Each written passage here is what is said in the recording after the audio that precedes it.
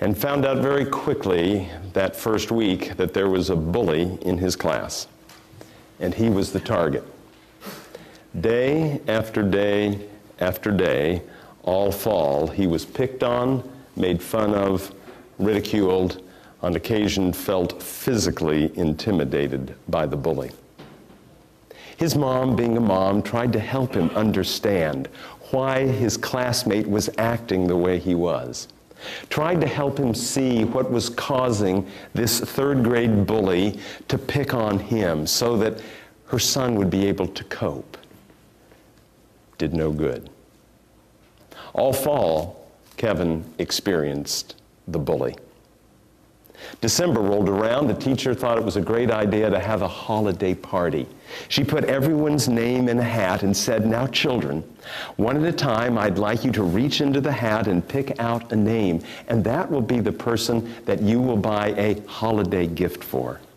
They went around the room with the hat. It came Kevin's turn. He reached in, picked out the piece of paper, opened it up, and just guess whose name was on his piece of paper. He went home to his mom and said, "Mom, do I have to?" And I'm sure inside the mom was thinking, Kevin's mom was thinking, what's the least amount of money that I can spend on this person's present? Love is hard. Fast forward through the years to another man. He's sitting up in a hospital bed.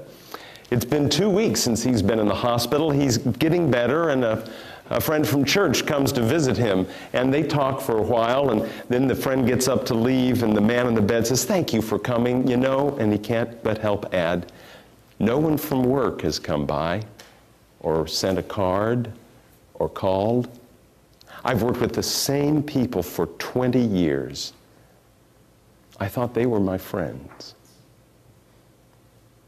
It doesn't take many experiences like this, and we've all had those kinds of experiences of being hurt, of expectations dashed, of difficulties encountered, for us to begin to ask the question, just like third grade Kevin, why do I have to keep loving?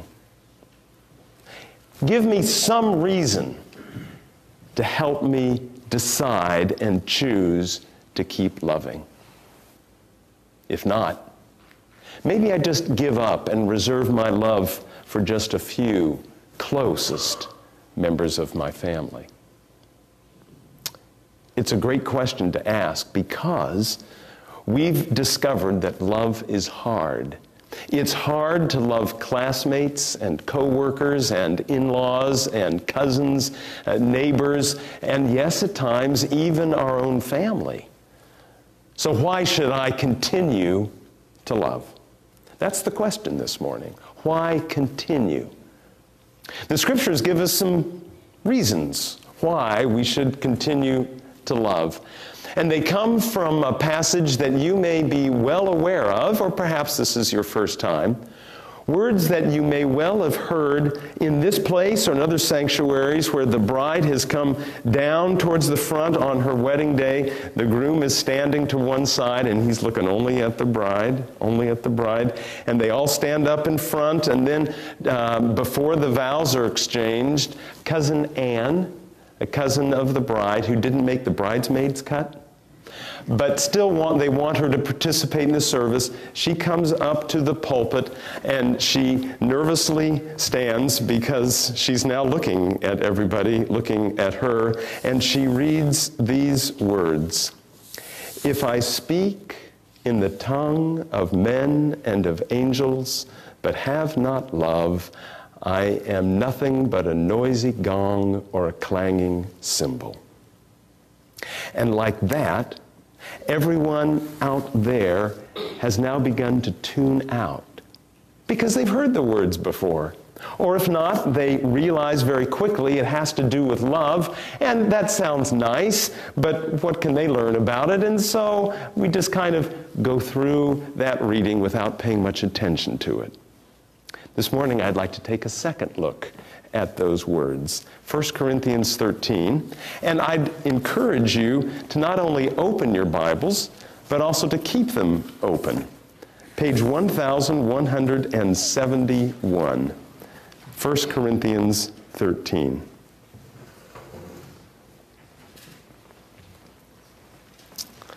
First Corinthians 13, 1171.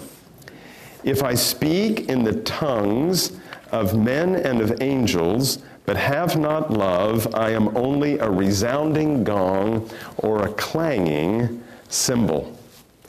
Let me set the stage just briefly for you, if I might.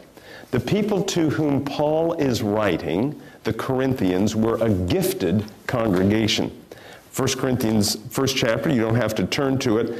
Verse 5 says, "For in him you've been enriched in every way." Verse 7, "Therefore you do not lack any spiritual gift." This was a talented, gifted group of people. They had different abilities and gifts given by God's Spirit to them. Elsewhere in 1 Corinthians, it talks about them having the gift of knowledge. They understood things that others would not necessarily know. They had the gift of teaching to make clear what God wanted his people to understand. They had the gift of prophecy. That is, they could tell others, no, this is what God wants us to do. They had the gift of miracles, it says. Like Jesus, they on occasion could heal people.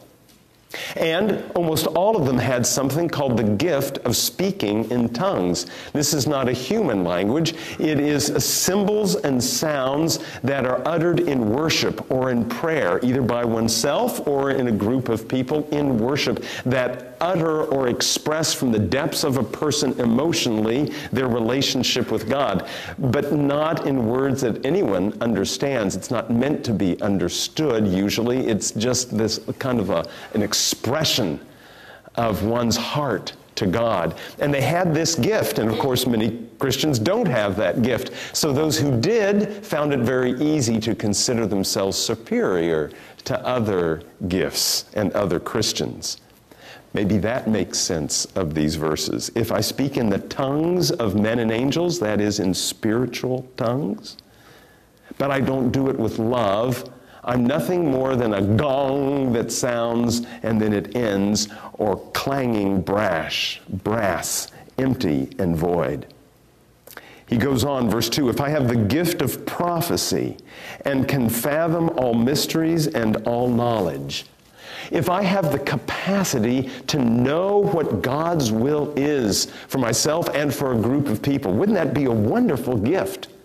Haven't we all wanted to know, God, what do you want me to do? What's the right way to go? What's a decision that you want me to make? Wouldn't it be wonderful to have that gift? And Paul says for those who have that gift, or for those who can understand mysteries that have knowledge that other people wouldn't have, he goes on to say not only that, but if they have faith that can move mountains, to be able to say, as the proverb at their time said, move mountain and it would be moved.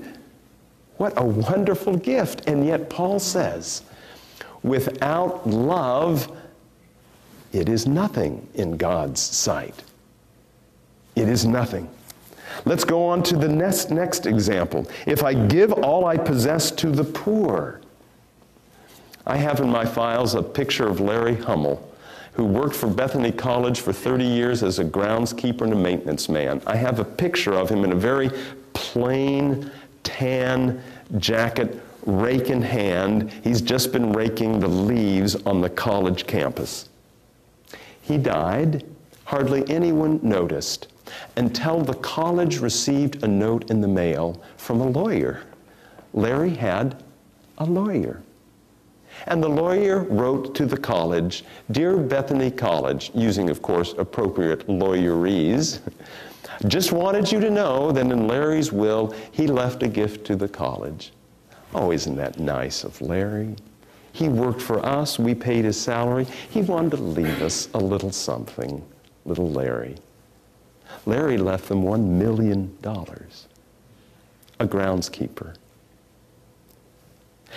Paul says, if I give away everything I have for a good cause, but I don't do it in love, doesn't matter. Not in God's sight. Why? Because, you see, love is prime. Do you know what a prime number is? A number that cannot be divided by any other number. Love is prime. It cannot be divided by anything else or any other act. It cannot be reduced because it is that important. Why should I continue to love? I've been hurt. Why should I continue to love when others seemingly pay little attention to me? Because love is prime. It's that important. And something that important needs to continue. Love is prime. That's what the scriptures say. Not only is love prime, it goes on to say, look at verse 4, love is patient. That's a definition of love. Love is patient. There's an older version of the Bible, the King James Version, that doesn't use the word patient. It says love is long-suffering. Love, in its very definition, has this quality of longitude to it. It is long-suffering. It is patient. It keeps going and going, despite expectations dashed, despite hope not realized. In fact, if we give up, then we probably have not loved, because love, by its very definition, is patient. It lasts, it endures, it continues, it goes on. And in the actual ongoing exercise of love over time, it builds and grows because it continues to endure. Love is not a fixed quality. It grows and expands through being patient. Do you know how different that understanding love is from the United States and American concept of love? This week, Valentine's Day coming up, and there's that misty, mushy, romantic understanding of love. Like the title of this song, I was looking back to see if you were looking back, to see if I was looking back at you. Or as the country song puts it, her teeth were stained, but her heart was pure.